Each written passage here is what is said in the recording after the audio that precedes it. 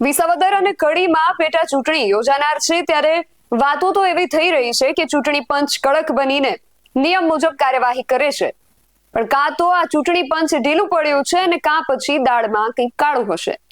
આવી શક્યતાઓ એટલા માટે સેવાઈ રહી છે કારણ કે ભાજપ ઉમેદવાર કિરીટ પટેલના ઉમેદવારી ફોર્મમાં એક વિગત આપવાની બાકી છે। હવે આ વિગત ભૂલથી રહી ગઈ છે કે જાણી જોઈને છુપાવવામાં આવી છે એ તો તપાસનો વિષય છે, પણ શું છે જે છુપાવવામાં આવી રહ્યું છે, આ વિગતો શું છે તેની વિશે વિગતે વાત કરીએ। જય હિન્દ, BSI ટીવી ન્યૂઝ પર આપની સાથે હું છું નિધિ ગઢવી। વિસાવદર વિધાનસભાની પેટા ચૂંટણી સંદર્ભે ચૂંટણી પંચ કડક બનીને નિયમ મુજબ કાર્યવાહી કરતું હોવાના દાવાઓ તો થઈ રહ્યા છે।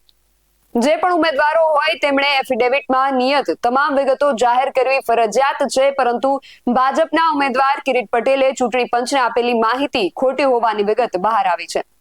તેમની પાસે લક્ઝરિયસ કાર હોવા છતાં સોગંદનામામાં જાહેર કરવામાં નથી આવ્યું। કડક કાર્યવાહીના દાવા કરતું ચૂંટણી તંત્ર ભાજપના ઉમેદવારે છુપાવેલી વિગતો અંગે શું કાર્યવાહી કરશે તેને લઈને હવે ચર્ચાઓ શરૂ થઈ ગઈ છે।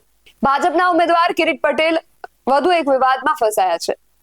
સોમવારે એટલે કે 2 જૂને જંગલની જમીન રેવન્યુમાં તબદીલ કરી દીધી હોવાના મુખ્યમંત્રીના હાજરીમાં બણગા મારવામાં આવ્યા હતા અને ફોર્મ ભરવાના અંતિમ દિવસે ઉમેદવારી પત્ર રજૂ કર્યું હતું। તેમાં કિરીટ પટેલે પોતાની પાસે એક પણ કાર ન હોવાનું દર્શાવ્યું છે।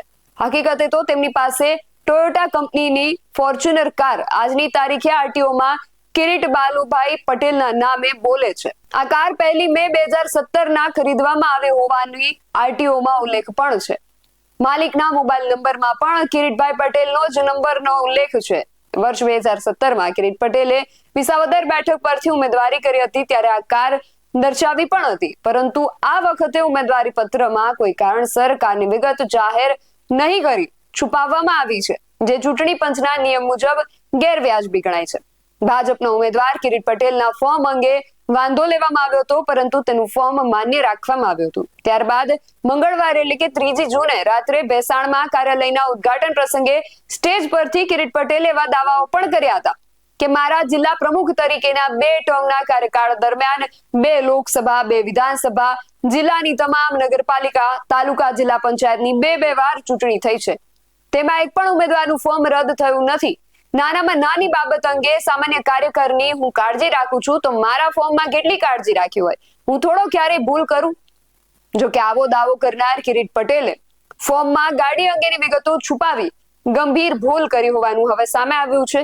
આરટીઓમાં હજુ પણ કાર કિરીટ પટેલના નામે બોલાતી હોવા છતાં શા માટે ઉમેદવારી પત્રના સોગંદનામામાં વિગતો જાહેર ન કરી તેવા સવાલો ઉભા થયા છે।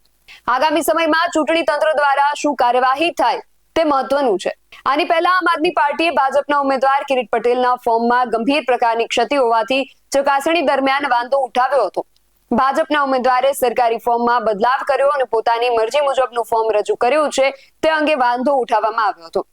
ઉમેદવારે ઉમેદવારી કરતી વખતે સરકારે નક્કી કરેલ ફોર્મેટ પ્રમાણેના નમૂનામાં એફિડેવિટ આપવાનું હોય છે, પરંતુ કિરીટ પટેલે સરકારી ફોર્મેટમાં ચેન્જ કરી કેટલીક વિગતો છુપાવીને ખોટી રીતે રજૂ કરેલ હતી, જેને લઈને આપે વાંધો ઉઠાવ્યો હતો, પણ પાછળથી ભાજપ ઉમેદવાર કિરીટ પટેલનું ચૂંટણી ફોર્મ માન્ય રાખવામાં આવ્યું હતું।